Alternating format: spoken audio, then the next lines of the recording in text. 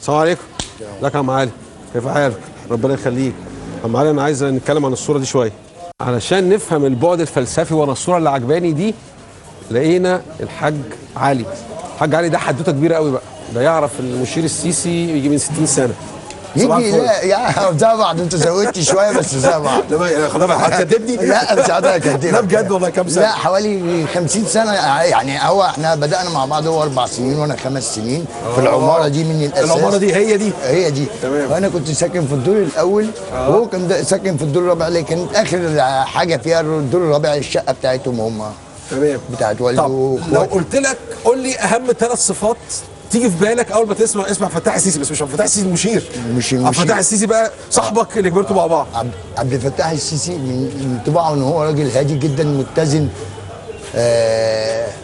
معتدل دينيا، بس يعني بيحب دينه قوي قوي، وكان دايما في اوقات الصلاه كان يروح يصلي. ده طباع من صغره. وكمان اكتر من كده انه كان مجتهد. ثلاث صفات. انا بس اسمع الكلام ده عشان انت طلبت مني ثلاث بس. لا كنت بتتشقوا وانتوا صغيرين؟ اكيد شقاوه كبيره يعني كان شقاوه كبيره، بس كان هو ليه حدود ان ما تشقاش في الشارع، او بمعنى اصح كان والده منعه من انه ينزل، او ما كمان الاكتر ان ما كانش عنده وقت للنزول في الشارع، لانه كان بيروح مدرسته ويرجع من مدرسته يتغدى وينزل على محلات ابوه اللي في خان الخليلي. المشير كان ملتزم من صغره.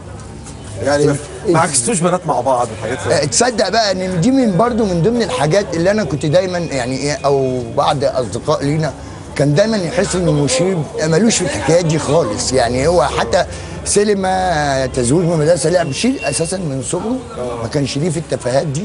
كان بيعتبر الكوره فشل، كان بيعتبر اللعب في الشارع للفاسدين. يعني واخد الحياه جد من البدايه، لان والده كمان كان شديد.